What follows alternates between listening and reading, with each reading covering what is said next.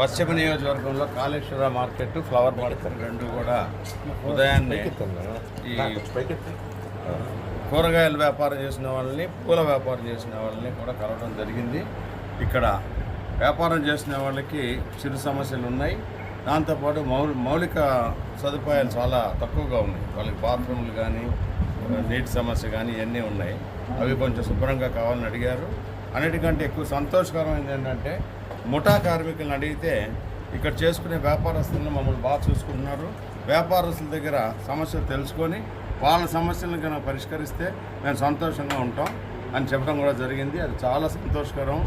అది అంటే ఒక మంచి వాతావరణంలో వాళ్ళు వ్యాపారం చేసుకుంటున్నారు. చిన్న వ్యాపారం అయినప్పటికీ కూడా అందరూ సంతోషంగా ఉండాలని చెప్పి ఈ గత 5 సంవత్సరాల్లో ఉన్న సమస్యలు కూడా అక్కడైతే 33% దాటి ఇంక్రీజ్ చేస్తూ ఉన్నారు. కాబట్టి అదొకటి అడిగారు.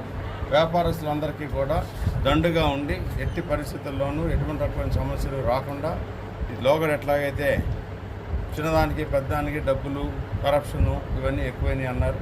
అవి కాకుండా మేము గట్టిగా వాళ్ళకి అండగా నిలబడతాం. ఒకవేళ ఈ మార్కెట్ని అటు ఇటు జరిపి ఇంకా బాగా కట్టాలంటే